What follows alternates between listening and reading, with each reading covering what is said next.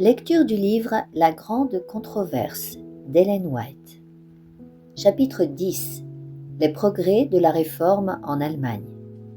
La mystérieuse disparition de Luther avait jeté toute l'Allemagne dans la consternation. On se demandait partout ce qu'il était devenu. Les rumeurs les plus extravagantes circulaient. Beaucoup croyaient qu'il avait été assassiné.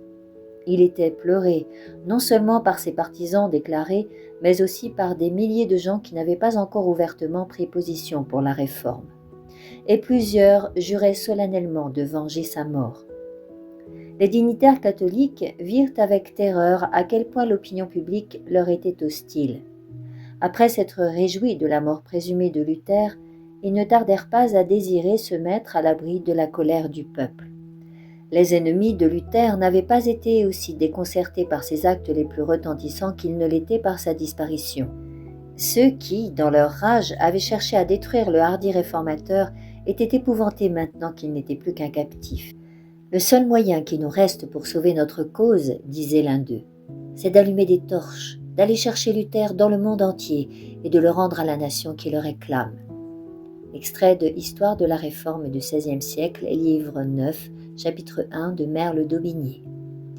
L'édit impérial semblait frappé d'impuissance et les légats du pape étaient indignés en constatant que cet édit retenait infiniment moins l'attention que le sort de Luther. La nouvelle que Luther était en sécurité, quoique prisonnier, calma les craintes populaires et enflamma l'enthousiasme en sa faveur. On lut ses écrits avec plus de ferveur que jamais. Ceux qui embrassaient la cause du héros qui avait défendu la parole de Dieu dans des circonstances aussi tragiques augmentaient de plus en plus. La réforme prenait de jour en jour des forces nouvelles. La semence que Luther avait jetée germait de toutes parts. Son absence faisait ce que sa présence n'eût pu accomplir.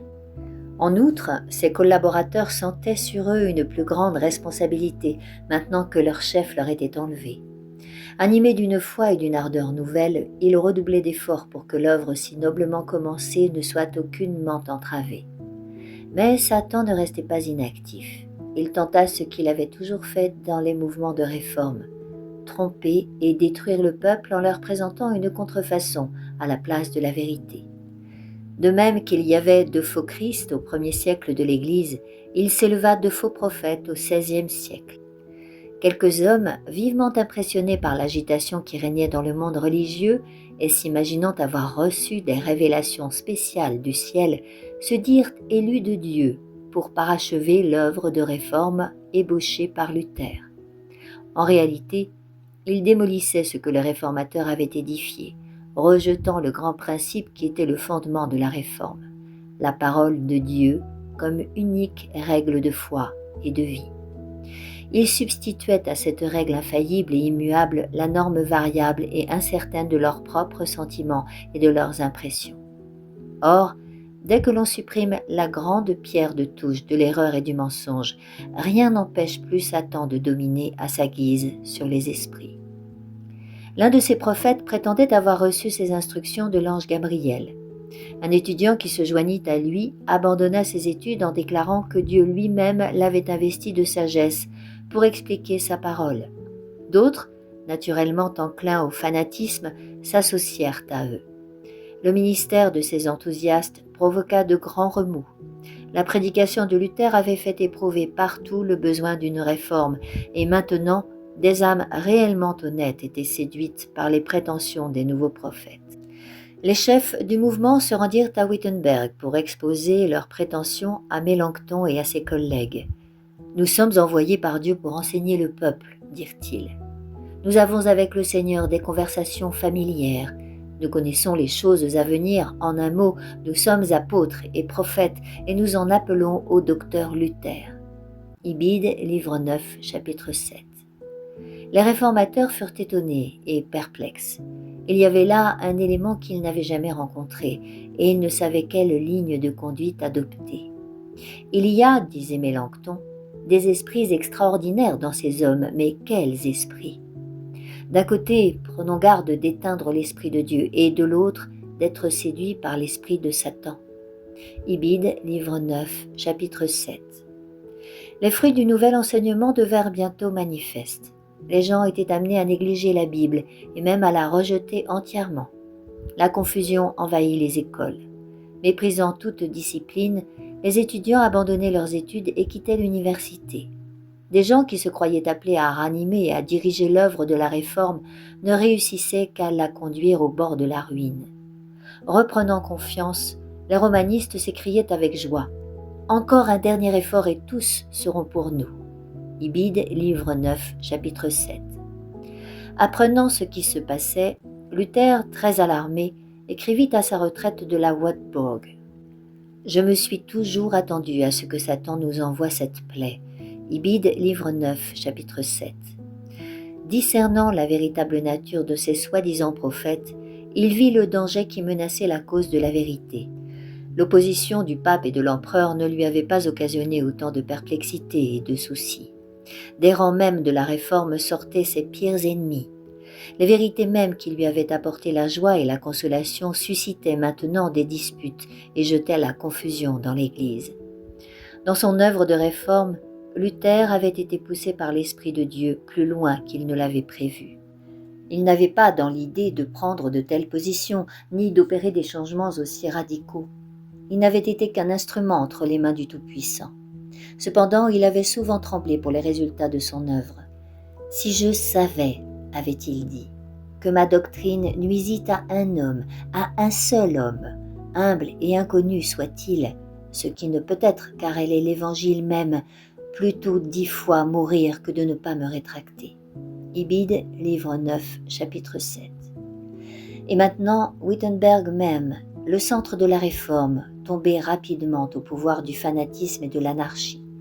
Cette terrible situation n'était pas la conséquence des enseignements de Luther, mais dans toute l'Allemagne, ses ennemis l'en rendaient responsable. Dans son amertume, il se demandait parfois « Cela pourrait-il être la fin de cette grande œuvre de réforme ?» Ibid, livre 9, chapitre 7. D'autres fois, alors qu'il luttait avec Dieu par la prière, la paix rentrait dans son cœur. « L'œuvre est la tienne et non la mienne, disait-il à Dieu. Et tu ne permettras pas que le fanatisme et la superstition la corrompent. » Mais la pensée de rester plus longtemps éloigné du champ de bataille dans un moment si critique lui devenait intolérable. Il se décida à rentrer à Wittenberg. Sans plus tarder, il prépara son périlleux voyage. Il était au banc de l'Empire.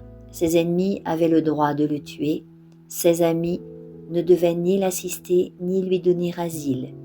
Le gouvernement impérial adoptait les mesures les plus rigoureuses contre ses partisans, mais voyant que l'œuvre de l'Évangile était en danger, il s'engagea courageusement dans le combat pour la vérité au nom de l'Éternel.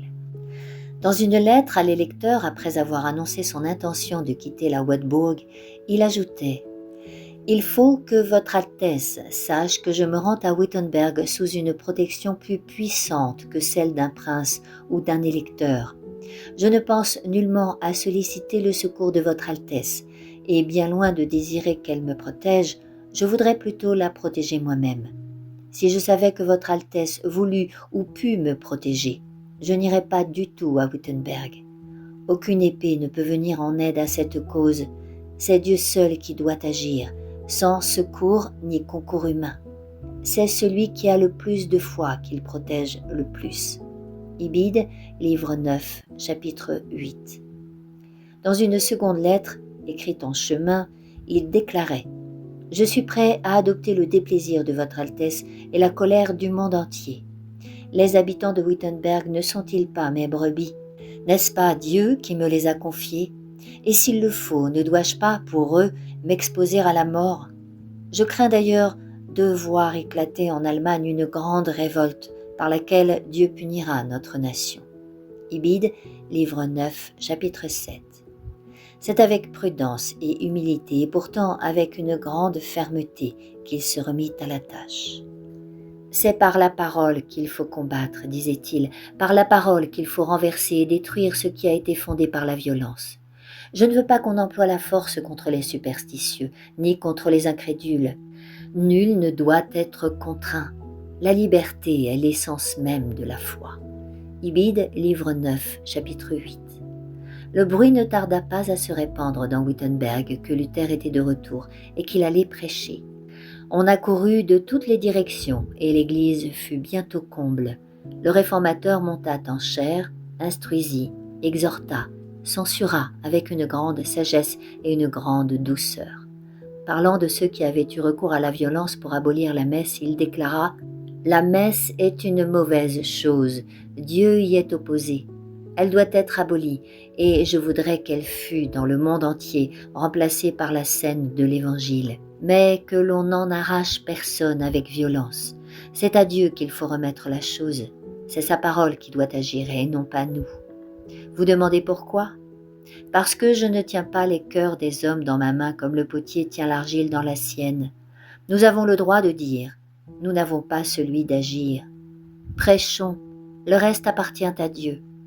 Si j'emploie la force, qu'obtiendrai-je ? Des grimaces, des formalités, des singeries, des ordonnances humaines, des hypocrisies. Mais il n'y aura ni sincérité de cœur, ni foi, ni charité. Tout manque dans une œuvre où manquent ces trois choses, et je ne donnerai pas la queue d'une poire pour un tel résultat. Dieu fait plus que sa seule parole, que si vous, moi et le monde entier réunissions toutes nos forces. Dieu s'empare du cœur, et le cœur une fois pris, tout est pris. Je veux prêcher, je veux débattre, je veux écrire, mais je ne veux contraindre personne, car la foi est une chose volontaire. Voyez ce que j'ai fait. Je me suis élevé contre le pape, les indulgences et les papistes, mais sans tumulte et sans violence. J'ai mis en avant la parole de Dieu, j'ai prêché, j'ai écrit. Je n'ai pas fait autre chose. Et tandis que je dormais, cette parole que j'avais prêchée a renversé le papisme, si fortement que jamais ni prince ni empereur ne lui ont causé tant de mal. Je n'ai rien fait, c'est la parole seule qui a tout fait. Si j'avais voulu en appeler à la force, l'Allemagne eût peut-être été inondée de sang, mais qu'en eût-il résulté ? Ruine et désolation pour les âmes et pour les corps. Je suis donc resté tranquille, et j'ai laissé la parole elle-même courir le monde. Ibid, livre 9, chapitre 8. Jour après jour, pendant une semaine entière, Luther prêcha devant des foules avides. La parole de Dieu rompit le charme du fanatisme. La puissance de l'Évangile ramena le peuple égaré dans la voie de la vérité. Luther ne désirait pas rencontrer les fanatiques dont la conduite avait fait tant de mal. Il savait qu'ils étaient des hommes au jugement douteux et aux passions débridées. Se disant spécialement inspiré d'en haut, il ne pouvait supporter ni la moindre contradiction, ni même le reproche ou le conseil le plus bienveillant. S'arrogeant une autorité suprême, ils exigeaient que leurs prétentions fussent reconnues par tous, sans examen. Mais comme ils exigeaient une entrevue avec Luther, il la leur accorda et révéla si bien leurs prétentions que les imposteurs quittèrent aussitôt Wittenberg. Le fanatisme, réprimé pour un temps, éclata de nouveau quelques années plus tard, avec plus de violence et avec des conséquences plus terribles. Luther écrivait au sujet des chefs de ce mouvement. Les saintes écritures n'étant pour eux que lettres mortes, ils se mettent tous à crier « L'esprit ! L'esprit !» Je ne les suivrai certes pas là où leur esprit les mène. Que Dieu, dans sa miséricorde, me préserve d'une église où il n'y a que des saints. Je désire demeurer là où il y a des humbles, des faibles, des malades qui connaissent et sentent leurs péchés, qui soupirent et crient sans cesse à Dieu du fond de leur cœur pour obtenir sa consolation et son soutien. Ibid, livre 10, chapitre 10.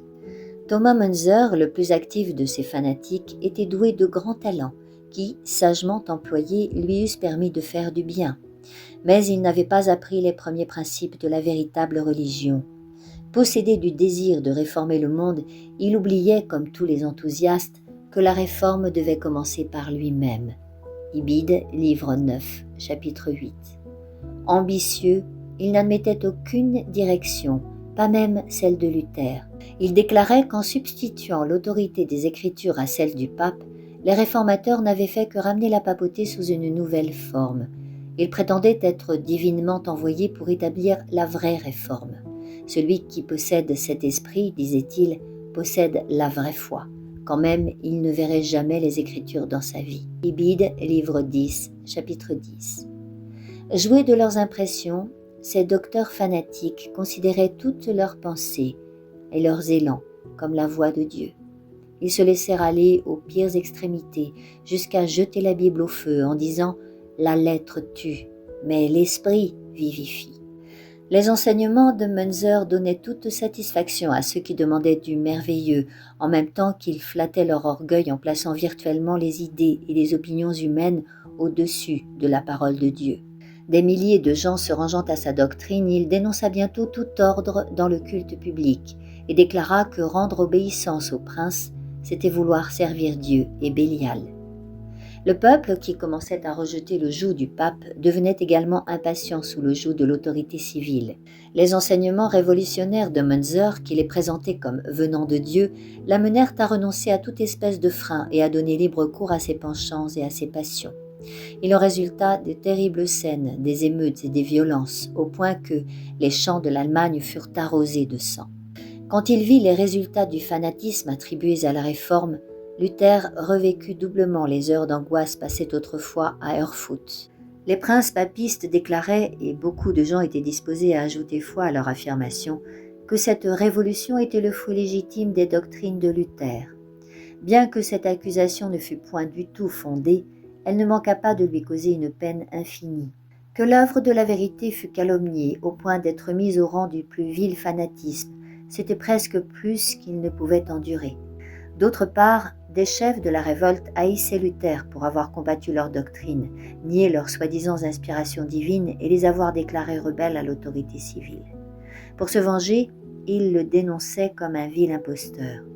Le réformateur semblait s'être aliéné tant les princes que le peuple. Les romanistes exultaient, s'attendant à contempler la chute prochaine de la Réforme. Ils accusaient Luther des erreurs mêmes qu'il avait sincèrement cherché à corriger.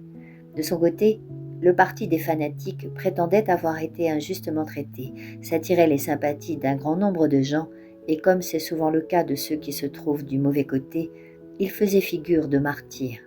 Cette œuvre de Satan était animée d'un esprit de révolte semblable à celui qui s'était, à l'origine, manifesté dans le ciel. Satan cherche constamment à séduire les hommes et à les inciter à appeler le péché justice et la justice péché. Cela lui réussit à merveille.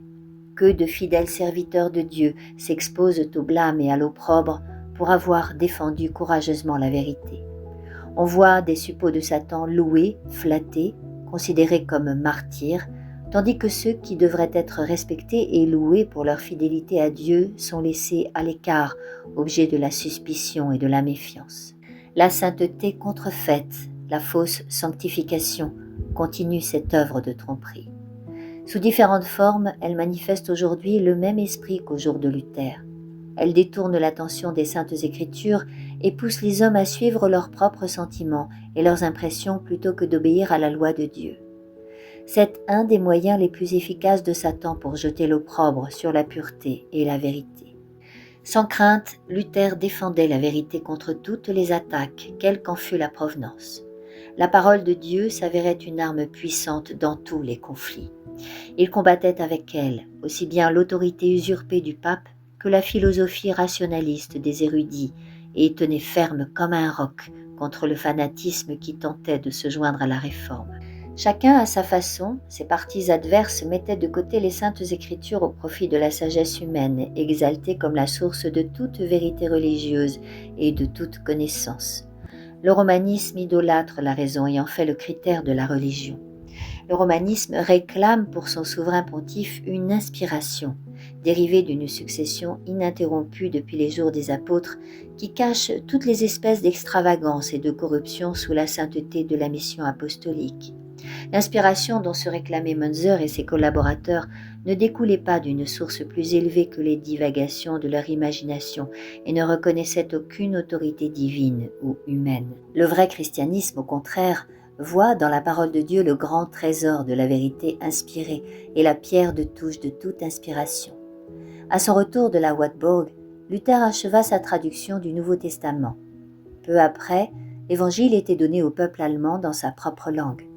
Tous les amis de la vérité accueillirent cette traduction avec une grande joie, tandis qu'elle fut rejetée avec mépris par les partisans de la tradition et des commandements d'hommes. À la pensée que le commun peuple pourrait discuter avec eux les préceptes de la parole de Dieu, dévoilant ainsi leur ignorance, Les prêtres s'alarmèrent. Les armes de leur raisonnement charnel se trouvaient impuissantes contre l'épée de l'esprit. Aussi, Rome fit-il appel à toute son autorité pour empêcher la diffusion des Écritures. Mais les décrets, les anathèmes et les tortures furent inutiles. Plus elle condamnait et interdisait la Bible, plus on se montrait désireux de connaître réellement l'enseignement de la parole de Dieu. Tous ceux qui savaient lire voulaient en faire une étude personnelle. On la portait avec soi, on la lisait, on la relisait, et on était satisfait qu'après en avoir appris par cœur des portions considérables. En voyant la faveur avec laquelle le Nouveau Testament était accueilli, Luther se mit aussitôt en devoir de traduire aussi l'Ancien Testament qu'il publia par portions, aussitôt qu'il les avait achevés. Ces ouvrages recevaient un accueil empressé dans les villes et dans les villages. Ce que Luther et ses amis composaient, d'autres le répandaient. Des moines, convaincus de l'illégalité des obligations monastiques, désireux de faire succéder une vie active à leur longue paresse, mais trop ignorants pour annoncer eux-mêmes la parole de Dieu, parcouraient les provinces, les hameaux, les chaumières en vendant les livres de Luther et de ses amis. L'Allemagne fut bientôt couverte de ces hardis colporteurs. Ibid, livre 9, chapitre 11. Ces écrits étaient étudiés avec un profond intérêt par riches et pauvres, savants et ignorants. Le soir, les instituteurs des écoles de village les lisaient à haute voix au groupe attentif qui se réunissait au coin du feu. Partout, joyeusement, des âmes étaient gagnées à la vérité et s'empressaient de communiquer à d'autres la bonne nouvelle. Ainsi se justifiaient ces paroles inspirées. La révélation de tes paroles est claire, elle donne de l'intelligence aux simples. Psaume 119, 130. L'étude des Écritures transformait complètement les esprits et les cœurs. Le gouvernement du pape avait tenu le peuple sous le joug de fer, de l'ignorance et de la dégradation. L'observation superstitieuse du cérémonial avait été scrupuleusement maintenue, mais dans tout leur service, le cœur et l'intelligence n'avaient que peu de part. La prédication de Luther qui mettait en relief les vérités simples de la parole de Dieu, puis cette parole elle-même placée entre toutes les mains, éveillait les facultés endormies, purifiait et énoblissait la nature spirituelle, communiquant à l'intelligence une force et une vigueur nouvelles. On pouvait voir des personnes de tout rang qui, Bible en main, défendaient les doctrines de la Réforme. Les papistes, qui avaient abandonné l'étude de la Bible aux prêtres et aux moines, les invitaient maintenant à réfuter les nouveaux enseignements. Mais, ignorant les saintes Écritures et la puissance de Dieu, ces derniers étaient réduits au silence par ceux qu'ils taxaient eux-mêmes d'ignorance et d'hérésie. Malheureusement, disait un auteur catholique, Luther avait persuadé ses disciples de ne pas ajouter foi en d'autres oracles que les saintes Écritures. Extrait de l'Histoire de la Réformation du XVIe siècle et livre 9, chapitre 11 de Merle-d'Aubigné. Des foules se réunissaient pour entendre la vérité présentée par des hommes peu cultivés et même pour les entendre discuter avec des savants et éloquents théologiens. La honteuse ignorance de ces grands hommes était mise à nu par les réfutations de leurs arguments à l'aide de simples enseignements de la parole de Dieu. Des ouvriers, des soldats, des femmes et des enfants connaissaient mieux les enseignements bibliques que les prêtres et les docteurs érudits. Le contraste entre les disciples de l'Évangile et les partisans des superstitions papistes n'était pas moins manifeste chez les savants que parmi le peuple. En face des vieux soutiens de la hiérarchie qui avaient négligé la connaissance des langues et la culture des lettres, se trouvait une jeunesse généreuse, adonnée à l'étude, approfondissant les Écritures et se familiarisant avec les chefs-d'œuvre de l'Antiquité. Ces hommes, doués d'une vive intelligence, à l'âme élevée et au cœur intrépide, acquirent bientôt de telles connaissances que de longtemps nul ne put se mesurer avec eux. Aussi, quand ces jeunes défenseurs de la Réforme se rencontraient dans quelque assemblée avec les docteurs catholiques, ils les attaquaient avec une aisance et une assurance telles que ces hommes ignorants hésitaient, se troublaient et tombaient aux yeux de tous dans un juste mépris. Ibid, livre 9, chapitre 11. Voyant ces congrégations diminuer, le clergé catholique fit appel aux magistrats et utilisa tous les moyens à sa portée pour ramener ses auditeurs. Mais le peuple avait trouvé dans les nouveaux enseignements la satisfaction de ses besoins spirituels. Aussi se détournait-il de ceux qui l'avaient si longtemps nourri des misérables aliments de la superstition et de la tradition humaine. Lorsque la persécution s'enflammait contre les prédicateurs de la vérité, il tenait compte des paroles du Christ. quand on vous persécutera dans une ville, fuyez dans une autre. Matthieu 10, 23. Ainsi la lumière pénétrait en tout lieu, car les fugitifs voyaient toujours s'ouvrir devant eux quelques portes hospitalières. Durant leur séjour en un endroit, ils prêchaient Jésus-Christ dans l'église, et quand cette faveur leur était refusée, dans les maisons particulières ou en plein air. Tout lieu où ils pouvaient réunir un auditoire devenait un temple consacré. Proclamée avec une telle énergie et une telle assurance, la vérité se répandait avec une irrésistible puissance. En vain on faisait appel aux autorités ecclésiastiques et civiles pour écraser l'hérésie. En vain on avait recours à la prison, à la torture, au feu et à l'épée.